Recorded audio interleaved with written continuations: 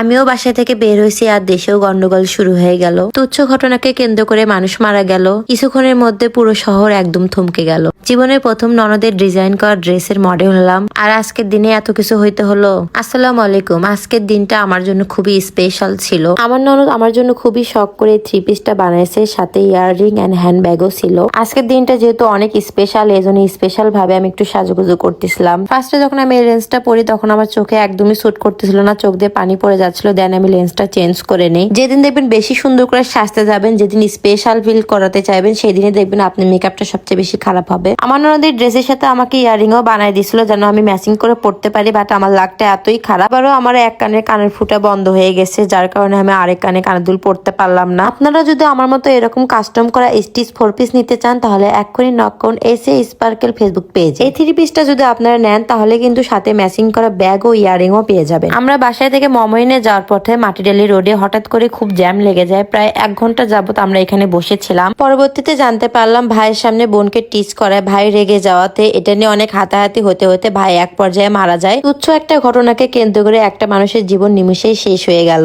আমরা যখন জ্যামে বসেছিলাম তখন এই বিষয়ে আমাদের কোনো ধারণাই ছিল না। বাসায় যাওয়ার পর জানতে পারলাম যে ছেলেটা মারা গেছে সেই ছেলেটার বয়স মাত্র 19 বছর ছিল। ছেলেটার বয়স এত কম ছিল যে শুনে অনেক খারাপ লাগতেছিল। আই হোপ এটা সঠিক বিচার হবে। কিছুক্ষণের মধ্যে আর্মিরা এসে রাস্তার জ্যাম ক্লিয়ার করে দেয়। দেন আমরা বগুড়ার মমইনে আসলাম। আমার সাথে যাকে দেখতেছেন এটা কিন্তু আমার ছোট ননদ। তো আমরা দুইজন মিলে কিন্তু ড্রেসের মডেলিং করতেছিলাম। আমার 4 ননদের ভিতর আমার এই ছোট ননদের সাথে সবচাইতে বেশি মিল। আজকের দিনটা আমার কাছে যতই স্পেশাল হোক না কেন, আজকের দিনটা কোনো কিছু আমার মন মতো হয়নি। আজকে এই শুটটা করার জন্য করে আমি কতক্ষণ ধরে সাজুগুজু করছি, কত কিছু পার করে এই মমইনে আসলাম। আসার পর দেখি রোদ নাই। একে তো এসে তাড়াহুড়া করে শুট করতেছিলাম কারণ কিছুক্ষণের মধ্যে সন্ধ্যা হয়ে যাবে। তার মধ্যে আমার বাবু এবং আমার ননদের বাবু খুব কান্না করতেছিল। তাদের কান্নার কারণটা ছিল তারা মমইনের রাইড গুলোতে উঠবে। আমার বড় ননদ 2 বাচ্চাকে অনেক কষ্ট করে সামাল দিচ্ছিল আর আমরা এখানে ফটোশুট করতেছিলাম ড্রেসের। আমি মনে করি একটা বাচ্চার মায়ের ক্ষেত্রে কোনো কাজই করা সহজ না। পুরুষ মানুষ চাইলে যে কোনো কাজ সহজে করতে পারে আরামায়েসে, কিন্তু আমরা মেয়েরা সংসার সামলিয়ে বাচ্চা সামলিয়ে দেন আমরা আমাদের শখের কাজগুলো করতে পারি। তাই আমরা মেয়েরা যদি কোনো কাজ করি পুরুষদের উচিত সেই কাজগুলোকে অ্যাপ্রিসিয়েট করা। বাবুদের আর কোনোভাবেই সামাল দেওয়া যাচ্ছিল না, ওরা রাইডসে উঠবে মানে উঠবে। তো আমরা চিন্তা ভাবনা করলাম এখান থেকে আমরা নাচ গার্ডেনে যাই। এখানে খোলামেলা পরিবেশে ওরা অনেক সুন্দর করে খেলতেছিল আর আমরা এখানে শুট করতেছিলাম। দেন শুট করা শেষে আমরা সবাই মিলে একটু মজা করার জন্য এই বোট গুলোতে উঠলাম। সারাদিনে ক্লান্তি শেষে যখন নিজেদের মতো ফ্যামিলি মেম্বারদের সাথে টাইম স্পেন্ড করতেছিলাম তখন কিন্তু অনেক বেশি ভালো লাগতেছিল।